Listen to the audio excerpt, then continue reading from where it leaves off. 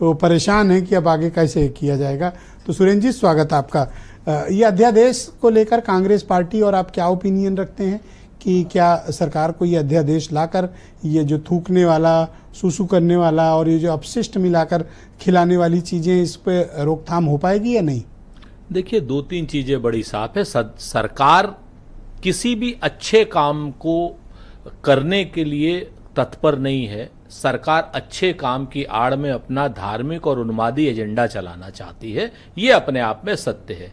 आज अगर वो रीना वाला वीडियो नहीं आया होता तो आज हमारे जो भारतीय जनता पार्टी के प्रवक्ता मित्र हैं, बाकी पूरे देश के जो सारे मीडिया के संस्थान हैं, आपके तमाम मित्र चैनल हैं, वो सब लव जिहाद की जगह थूक जिहाद, मूत जिहाद, वीर जिहाद, पता नहीं कौन कौन से जिहाद को चला रहे अच्छी भाषा बोली। अरे सर, मैं नहीं बोल रहा हूँ जिहाद, तो आपने शुरू किया। नहीं, वो वाला मतलब जो बाद में तीनों का है, आइसक्रीम में डाल के खिलाया गया। अरे बहुत गंदा। आप भिगोने की आप स्थिति मत जाया करिए। मैं आपको तीन चार चीजें कहता हूं, बड़ी साफ साफ एकदम।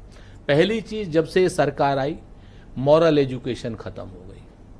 जब से सरकार आ गई नैतिकता अनैतिकता का पैमाना खत्म, क्योंकि जब सरकार में ही अनैतिक लोग बैठे हुए हैं, सुप्रीम कोर्ट कहता है कि महाराष्ट्र की सरकार अनैतिक है।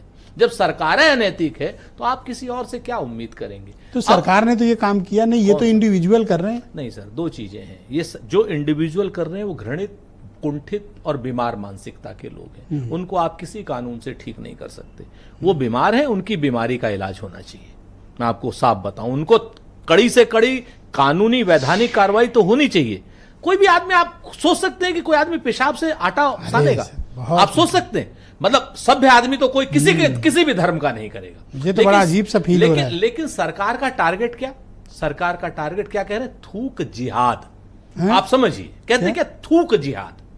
आपको अच्छा, इसमें भी एंगल खोज लिया है। आप बात समझिए। अच्छा, ये नहीं पता था ये तो आज भला हो, मैं कह तो रहा हूं कि आज अगर ये आप लोग वीडियो न दिखाते वो रीना वाला, और रीना की जगह कहीं रेशमा होती, जैसे मैंने आज वो किया था, ट्वीट किया था, तो अगर रीना की जगह रेशमा होती तो आज ये सब लोग इनके नीचे स्प्रिंग लगे हुए होते। तो हो सकता है सरकार का इंटेंशन है कि भाई आपको कोई गलत चीज ना खाने को मिले, इसलिए सख्त कार्रवाई कर रही है। सरकार का इंटेंशन है तो सख्त कार्रवाई के लिए ऑलरेडी अडल्ट्रेशन का कानून बना हुआ है। एक दिन एक खबर आती है ब्रजेश भाई कि वहां पर गाय की चर्बी से मिले हुए लड्डू तिरुपति बालाजी में आपके सामने है। मिसलीडिंग न्यूज थी। कोई आदमी किसी भी, उससे हुआ क्या? आप समझिए मेरी बात। मिसलीडिंग न्यूज नहीं, यहीं पे मैं कह रहा हूं। अब आप इसको मिसलीडिंग कह रहे हैं, उससे हुआ क्या? अयोध्या से मनकामेश्वर मंदिर, जहां पर पंडित जी रहते हैं, यहां पर छोटे दुकानदार मर गए। उन्होंने कहा कि साहब यहाँ के लड्डू हम भगवान जी को चढ़ाएंगे ही नहीं। अब तो मुझे अमरनाथ जी बता रहे थे कि काशी विश्वनाथ में नहीं, काशी विश्वनाथ की बात छोड़ दीजिए, सब जगह मतलब बड़े लोग हैं ब्रजेश भाई, बड़े लोग हैं। मनकामेश्वर मंदिर की बगल में रोज कमाते हैं, रोज खाते हैं, उनके लड्डू बंद कर दिए। तो मिलावटी थोड़ी खा लें। वो फिर वही है, मिलावटी नहीं। अभी तो आप ही ने तो कहा मिसलीडिंग न्यूज है। वो मिसलीडिंग न्यूज थी। फिर उसी मिसलीडिंग न्यूज का तो फॉल आउट है ये। ओके, उसी मिसलीडिंग में यही चेकिंग हो जाए। और मैं फिर से कहता हूं, दुनिया का कोई धर्म, जिम्मेवारी से कहता हूं, किसी को गंदगी नहीं सर, 31 सेकंड दीजिए। किसी को गंदगी परोसना जो है वो जायज नहीं मानता, पाप मानता है, पथभ्रष्ट होना मानता है, और वो आदमी नरक में जाएगा। बिल्कुल। लेकिन यहां पर क्या किया जा रहा है?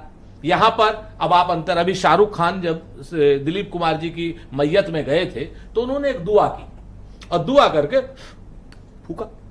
अब फूक को और थूक को ये लोग अंतर नहीं करते। नंबर एक, जिम्मेवारी से कह रहा हूं, फूक को और थूक को। दूसरा, हिंदू मैथोलॉजी की मैं बात करूं, अपनी सनातन मेरी मैथोलॉजी। मेरे यहां अमरनाथ जी जैसे जितने बाबा हैं, बड़े जो लोग हैं, हम उनसे अभिमंत्रित जल लेते हैं।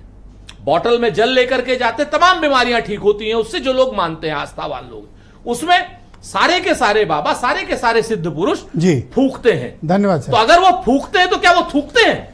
आप मुझे बताइए, एक धर्म को टारगेट किया क्यों जा रहा है? बहुत शुक्रिया। मैं आसिम वकार साहब